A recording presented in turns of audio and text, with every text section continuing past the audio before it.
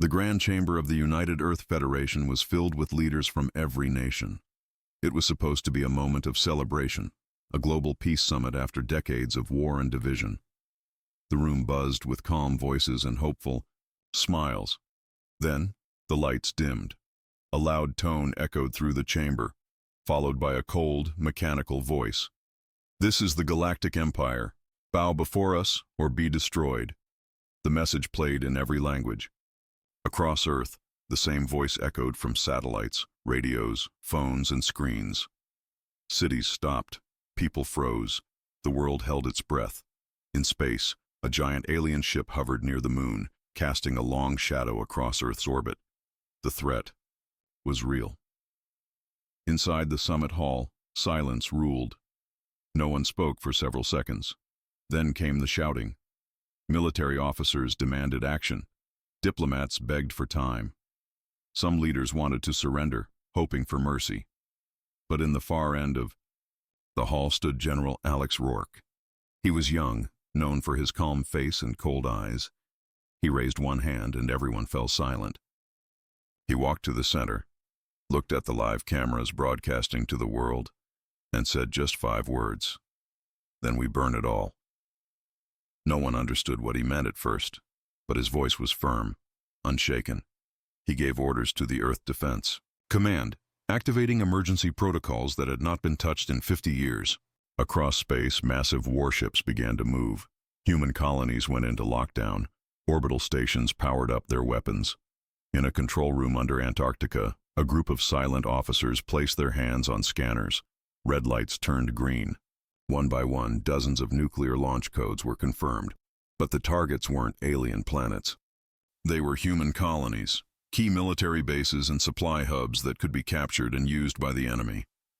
The galaxy had never seen anything like this. Alien sensors picked up strange signals from Earth. Thousands of missiles began to launch, but not at the Empire, not at the invaders. The missiles turned inward. They were going toward Mars, Europa, Titan, even the Outer Rim colonies. The Empire's spies were confused. Why would humans strike their own worlds? High above in deep space, the Galactic Empire's fleet watched. Their admirals laughed. "They're panicking," one said. "They're trying to scare us." They didn't know what was really happening. On Mars, the sky burned as human. Nukes fell. Massive cities turned to dust. Military bases were flattened in seconds. Entire databases of weapons and tech were wiped out. On Europa, an emergency evacuation was cut short. Only half the population escaped before the colony was turned into ash. Back on Earth, Rourke stood in the war room. His officers looked shocked. Some wept. "We just killed our own people," one whispered. "No," Rourke replied. "We denied them tools. The Empire won't use our colonies against us. They will have to fight for every inch." The president of Earth called him directly. "You've started a fire we can't stop." Rourke answered calmly, "It's better than kneeling." Across the stars, fear began to grow. Alien leaders watched live feeds of human colonies being destroyed by human hands. They didn't understand. Surrender was normal. Obedience meant survival. But humans were different. A news anchor from a neutral planet said it clearly. The humans just declared war in a way no one expected. They are not afraid to lose everything. The Galactic Empire, once so confident, began to worry. What kind of enemy destroys its own home before the first battle begins? Their commanders held emergency meetings. They tried to send more messages to Earth, but Earth was silent, not a single reply. Just silence. Then a final signal came, not words, not pictures. Just coordinates, a long list of locations, Empire forward bases, supply routes, weak spots in the outer ring. It was a warning, or maybe a promise. And then, nothing. The human fleets vanished from sensors, cloaked or hidden. No one knew where. They went. But the destruction they left behind remained. A famous alien historian later wrote, "The humans taught us a lesson that day. They would rather burn their own future than let someone else hold it." The first battle hadn't even begun, but the galaxy was already trembling. Humanity had made their answer clear.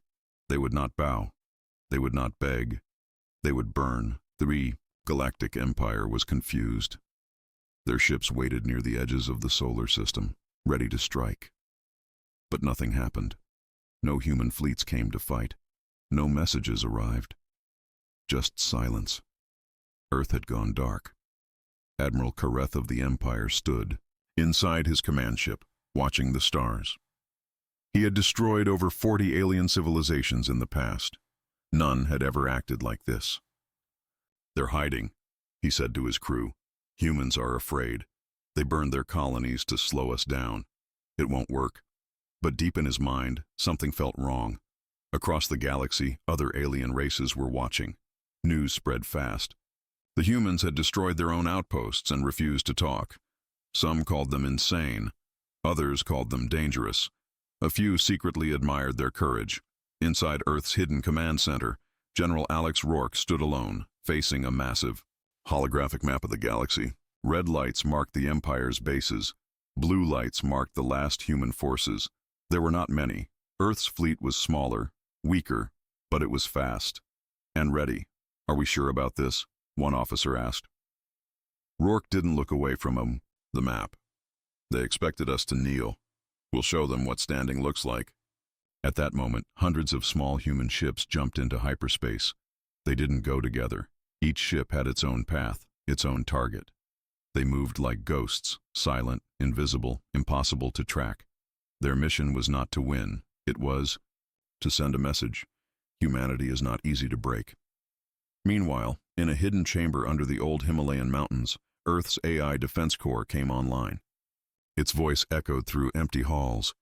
"Protocol Ragnarok confirmed. Begin global shadow network." Across the planet, hidden launch platforms opened. Old weapons, forgotten by time, powered up. But Rourke had ordered something stranger than war. He had told his commanders to leave some colonies untouched, completely abandoned but still visible to Empire sensors. They looked like perfect targets. They were traps. On the moon of Callisto, the Empire landed its first strike force. Thousands of armored soldiers marched through empty streets. Buildings were still standing. Machines were still working. But not a single human was there. Then, without warning, the ground shook. Hidden charges exploded beneath the surface. The entire colony collapsed. Hundreds of Empire soldiers were lost. A second group tried to retreat, but their ships had been hacked. Engines failed. Airlocks stayed shut. Every escape was sealed. In space, Admiral Kareth watched the footage in silence. His hands tightened into fists. "They're not just fighting," he said slowly. "They're hunting us." Another fleet attacked Titan. This time, they found strong resistance. Human drones came from underground bunkers. They didn't fight like other species. They used the terrain, hit from shadows, disappeared again. Each time the Empire tried to set up a base, it was destroyed from within. Back on Earth, Rourke received updates calmly. "Let them feel our silence," he said. "Let them see the darkness before the fire." The people of Earth didn't know all the details, but they knew one thing. Their leaders had made a choice, a hard one, not to surrender, not to hide, but to fight in ways the Empire didn't understand. And now the Empire was starting to fear. They thought they were chasing a weak enemy. But the humans had already turned the galaxy into a battlefield, one where they would decide the rules. And the first rule was clear: never threaten a species with nothing left to lose. The Empire had begun its invasion.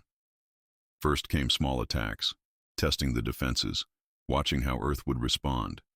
But nothing was simple. Every world they touched turned into a nightmare. On the planet Vesta, the Empire landed heavy troops and machines. There was no resistance, not at first.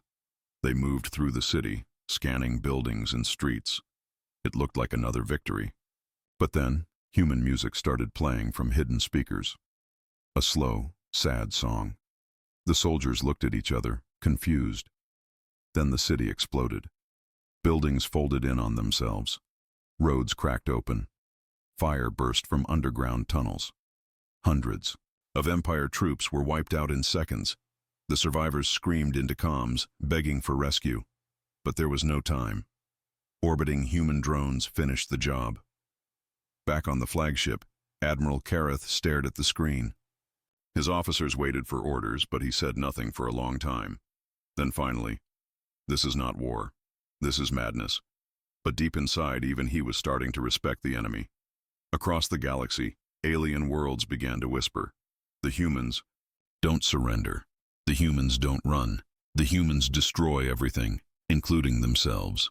Even old enemies of Earth, races that once hated humans, were now watching with caution.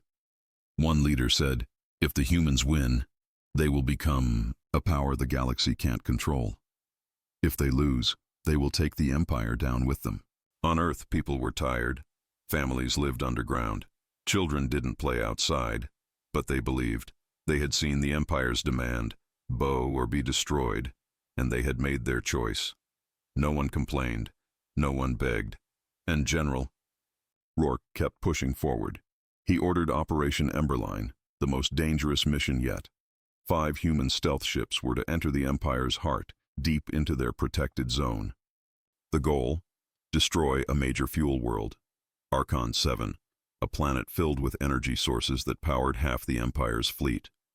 The mission was nearly impossible, but the humans didn't care about survival anymore. They cared about the message. The ships launched quietly, moving through asteroid belts and broken star paths.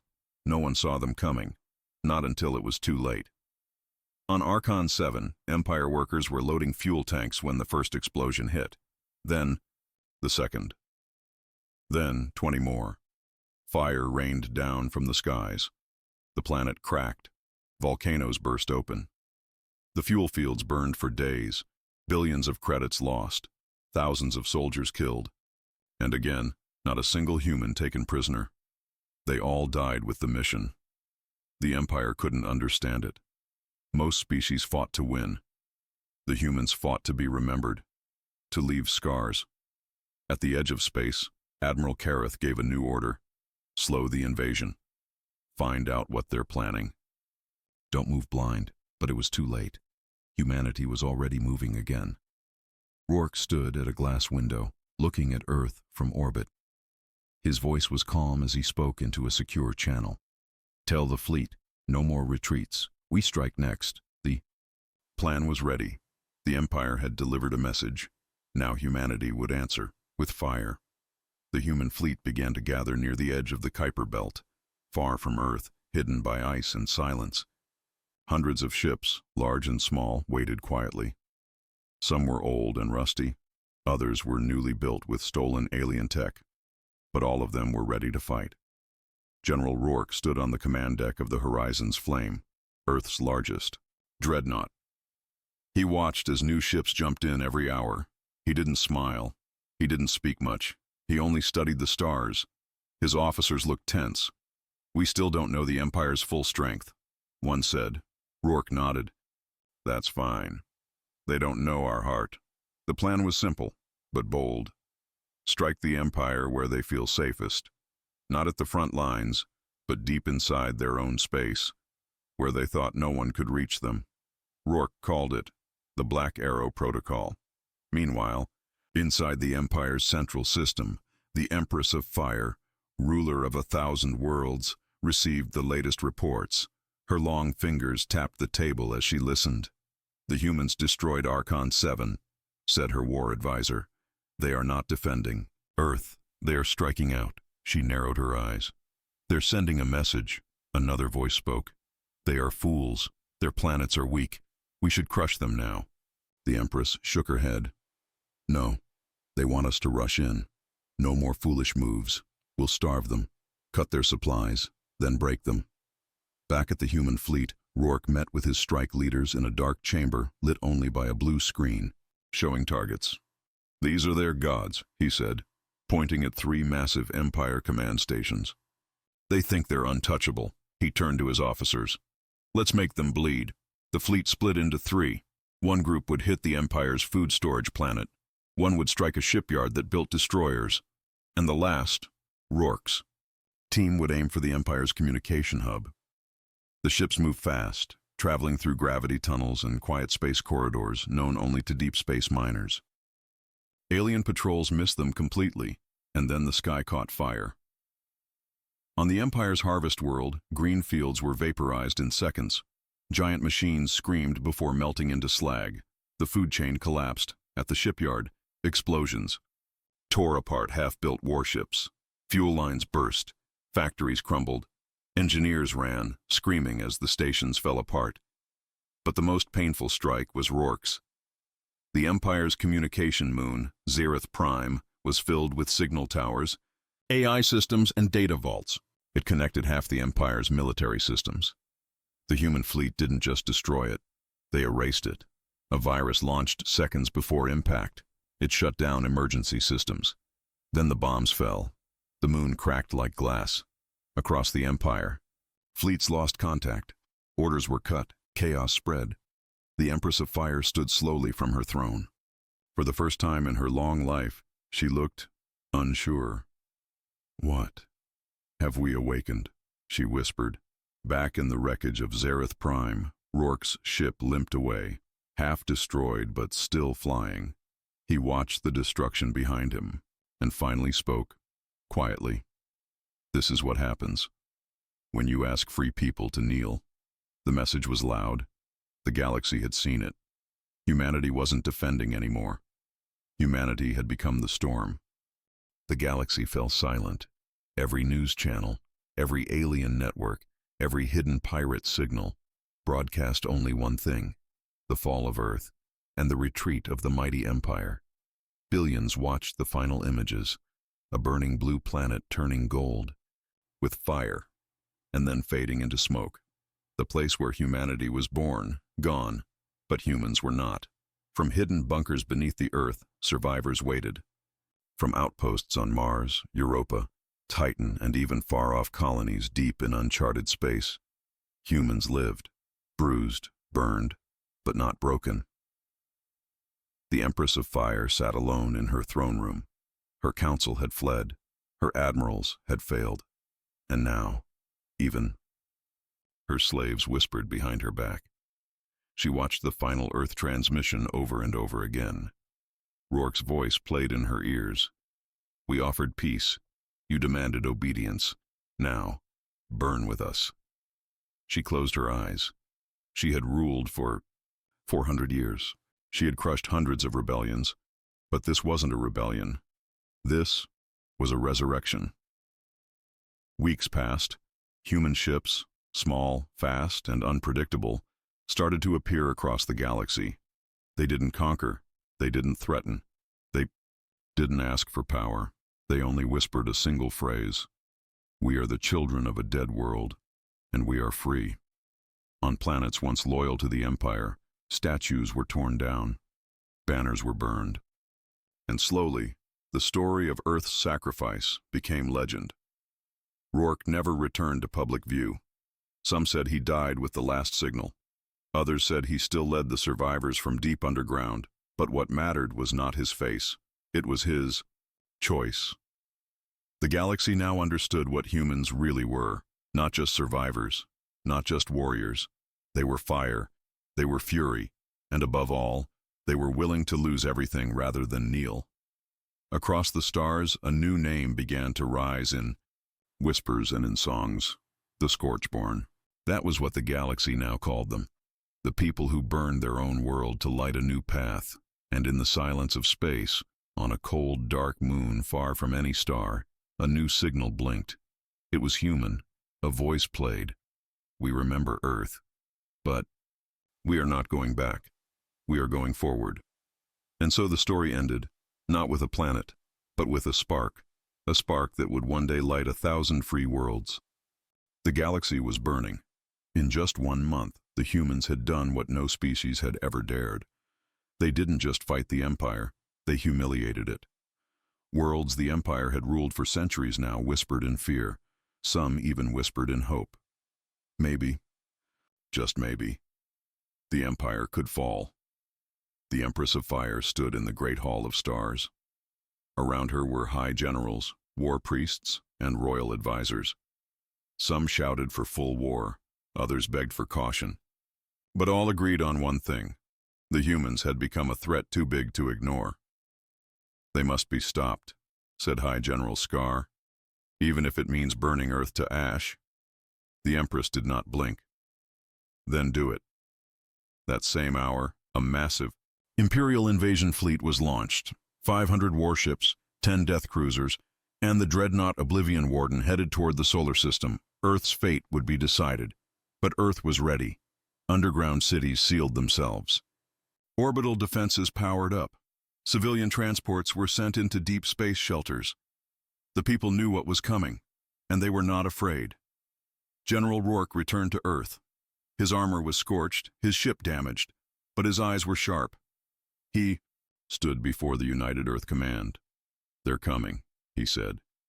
Silence fell. Rourke continued. "This is the moment we stop being survivors. This is when we become legends." Across the system, the last of the human fleet gathered. From Mars, from Europa, from deep asteroid bunkers, they came. Old freighters were turned into missile ships. Mining drones were armed with EMP charges. Civilian engineers welded metal plates over weak spots.